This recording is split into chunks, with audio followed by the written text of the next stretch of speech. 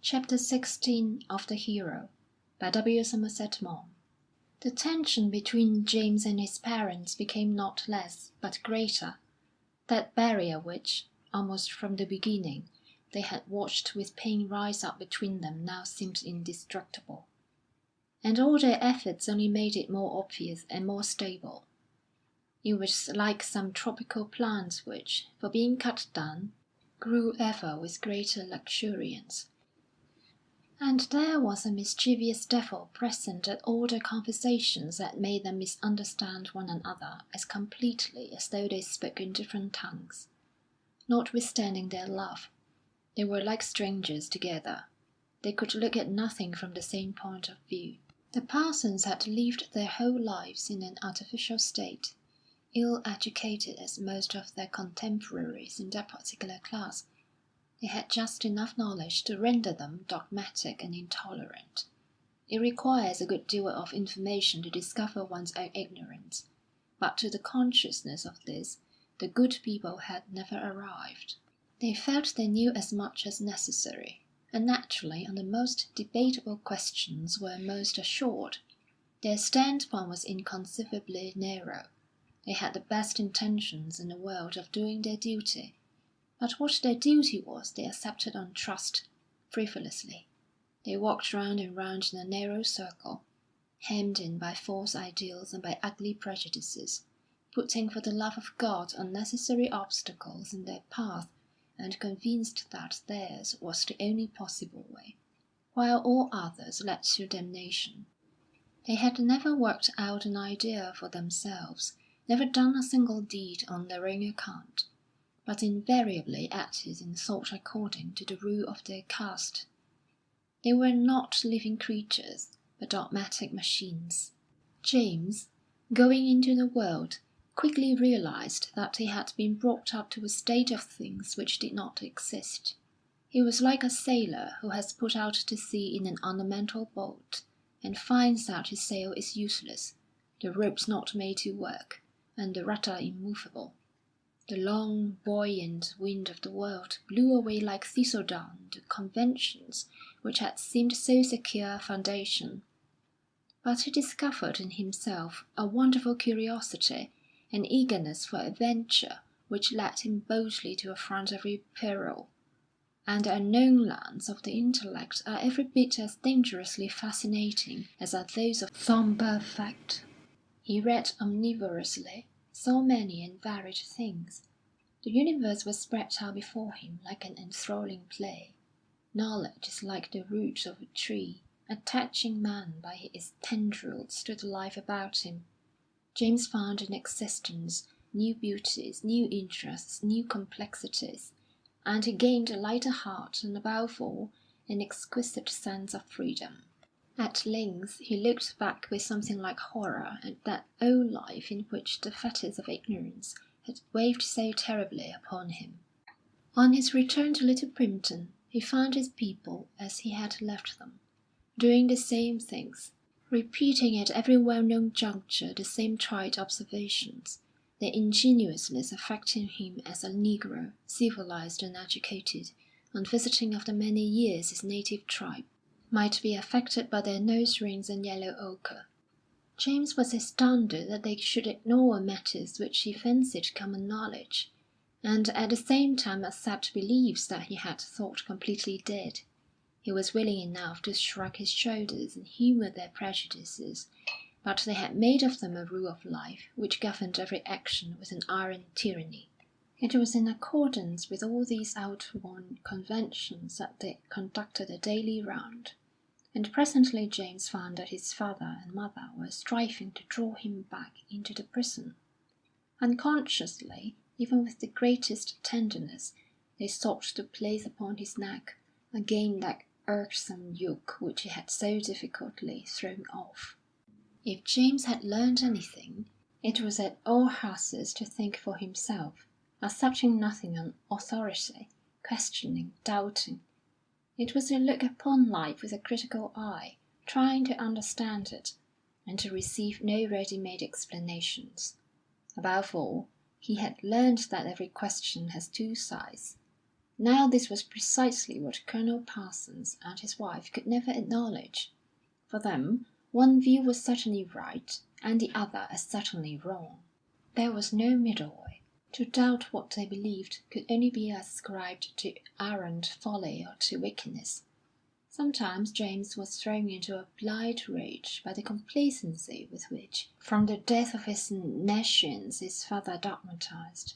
No man could have been more unassuming than he, and yet, on just the points which were most uncertain, his attitude was almost inconceivably arrogant. And James was horrified at the pettiness and the prejudice which he found in his home. Reading no books, for they thought it waste of time to read, the minds of his father and mother had sunk into such narrow sluggishness that they could interest themselves only in trivialities. Their thoughts were occupied by their neighbours and the humdrum details of the life about them. Flattering themselves on their ideals and their high principles, they vegetated in stupid sloth and in a less than animal vacuity. Every topic of conversation above the most commonplace they found dull or incomprehensible.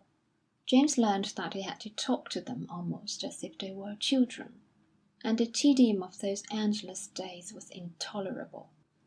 Occasionally he was exasperated, and he could not avoid the discussions which his father, with a weak man's obstinacy, forced upon him. Some unhappy baneful power seemed to drive Colonel Parsons to widen the rift, the existence of which caused him such exquisite pain. His natural kindliness was obscured by uncontrollable irritation. One day he was reading the paper. "I see we've had another unfortunate reverse," he said, looking up. "Oh, I suppose you're delighted, Jamie?" "I'm very sorry. Why should I be otherwise?" "You always stick up for the enemies of your country."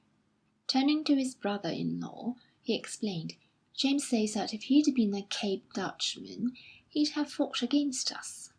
"Well, he deserves to be court-martialed for saying so," cried Major Forsyth. "I don't think he means to be taken seriously," said his mother. "Oh, yes, I do. It constantly annoyed James that when he said anything that was not quite an obvious truism, they should think he was speaking merely for effect. Why, my dear mother, if you'd been a Boer woman, you'd have put it at us from behind a haystack with the best of them." "The Boers are robbers and brigands." "That's just what they say we are. But we are right. They're equally convinced that they are. God can't be on both sides, James. The odd thing is the certainty with which both sides claim His exclusive protection.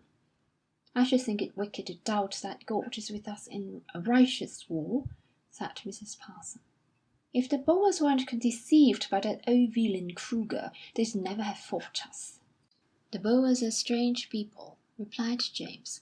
"They actually prefer their independence to all the privileges and advantages of subjection.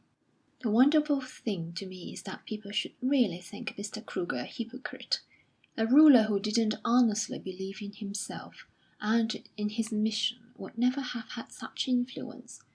If a man wants power, he must have self-faith. But then he may be narrow, intolerant, and vicious. His fellows would be like wax in his hands. If Kruger had been honest, he wouldn't have put up with bribery and corruption. The last thing I expect is consistency in an animal of such contrary instincts as man. Every true Englishman, I'm thankful to say, thinks him a scoundrel and a blackguard. In 100 years he will probably think him a patriot and a hero. In that time the sentimental view will be the only one of interest, and the sentimental view will put the Transvaal in the same category as Poland.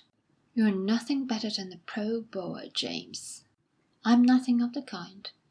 But seeing how conflicting was current opinion, I took some trouble to find for myself a justification of the war.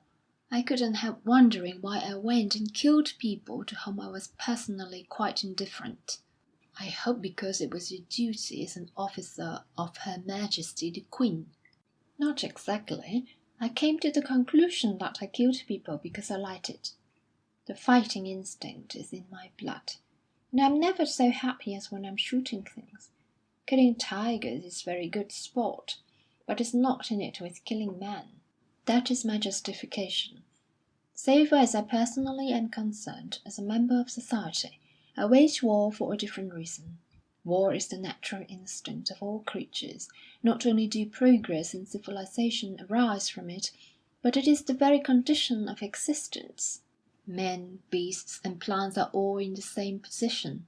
Unless they fight incessantly, they are wiped out. There is no sitting on one side and looking on. When a state wants a neighbour's land, it has a perfect right to take it if it can. Success is its justification. We English wanted the Transvaal for our greater numbers, for our trade, for the continuance of our power. That was our right to take it. The only thing that seems to me undignified is the rather pitiful set of excuses we made up. If those are your ideas, I think they are utterly ignoble. I believe they are scientific. Do you think men go to war for scientific reasons? No, of course not. They don't realise them.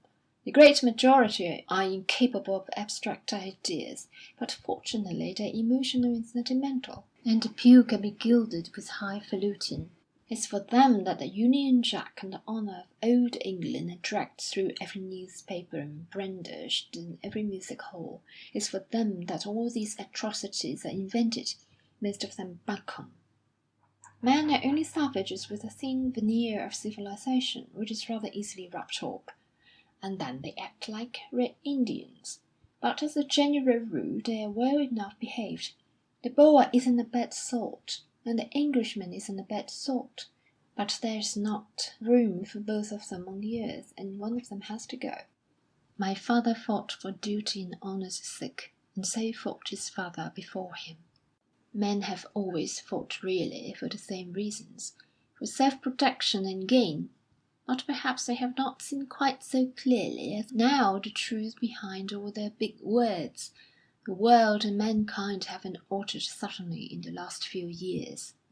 Afterwards, when Colonel Parsons and his wife were alone together, and she saw that he was brooding over his son's words, she laid her hand on his shoulder and said, "Don't worry, Richmond. It'll come right in the end, if we trust and pray." "I don't know what to make of him," he returned, sadly shaking his head. "He's not our boy, Francis. He couldn't be callous and unscrupulous and dishonourable. God forgive me for saying it. Don't be hard on him, Richmond. I dare say he doesn't mean all he says. And remember that he's been very ill. He's not himself yet." Colonel sighed bitterly. "When we looked forward so anxiously to his return, we didn't know that he would be like this." James had gone out. He wandered along the silent roads, taking in large breaths of the fresh air, for his home affected him like a hothouse. The atmosphere was close and heavy, so that he could neither think freely nor see things in any reasonable light. He felt sometimes as though a weight were placed upon his head that pressed him down and pressed him down till he seemed almost forced to his knees. He blamed himself for his lack of moderation. Why? Remembering ever his father's unhappiness and his infirmities, could he not humour him? He was an old man, weak and frail. It should not have been so difficult to use restraint towards him. James knew he had left them in Primpton House distressed and angry, but the only way to please them was to surrender his whole personality, giving up to their bidding all his thoughts and all his actions. They wished to exercise over him the most intolerable of all tyrannies, the tyranny of love. It was a heavy return they demanded for their affection if he must abandon his freedom, body and soul. He earnestly wished to make them happy, but that was too hard a price to pay. And then, with sudden rage, James asked himself why they should be so self-sufficiently certain that they were right. What an outrageous assumption it was that age must be infallible. Their idea of filial duty was that he should accept their authority, not because they were wise, but because they were old. When he was a child they had insisted on the utmost submission, and now they expected the same submission. To their prejudice, intolerance, and lack of knowledge, they had almost ridiculously that calm, quiet, well-satisfied assurance which a king by right divine must have in the certainty that he could do no wrong. And James, with bitter, painful scorn, thought of that frightful blunder which had forced Colonel Parsons to leave the service. At first his belief in his father had been such that James could not conceive the possibility even that he had acted wrongly. The mere fact that his father had chosen a certain course was proof of his being right and proper, and the shame lay with his chief who had used him ill.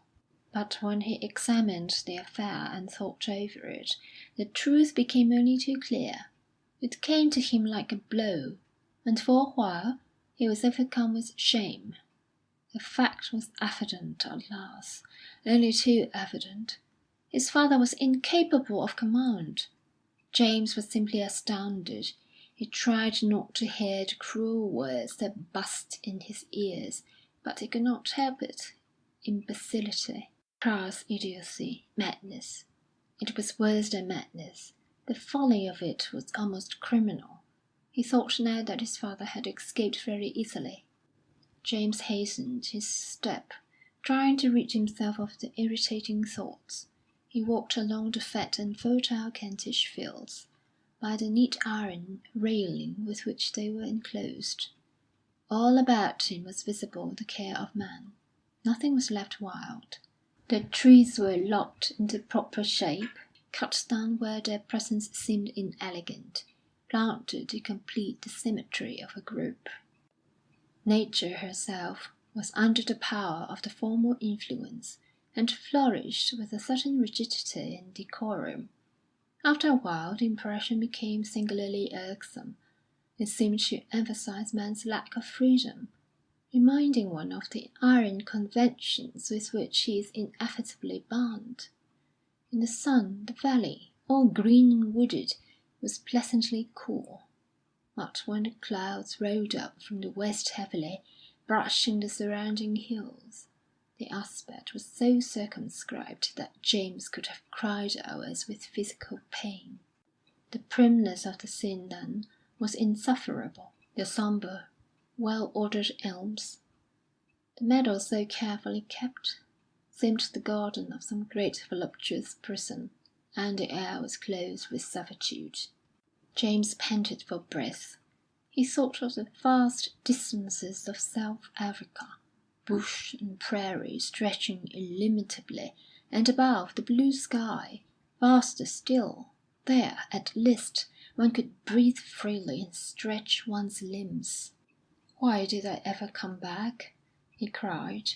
The blood went thrilling through his veins at the mere thought of those days in which every minute had been intensely worth living. Then, indeed, was no restraint or pettiness. Then men were hard and firm and strong. By comparison, people in England appeared so pitifully weak, vain, paltry, insignificant. What were the privations and the hardships beside the sense of mastery, the happy adventure, and the carelessness of life? But the grey clouds hung over the valley, pregnant with rain. It gave him a singular feeling of discomfort to see them laden with water, and yet painfully holding it up. "I can't stay in this place," he muttered. "I shall go mad." A sudden desire for flight seized him. The clouds sank lower and lower, till he imagined he must bend his head to avoid them. If he could only get away for a little, he might regain his calm. At least, absence, he thought bitterly, was the only way to restore the old affection between him and his father.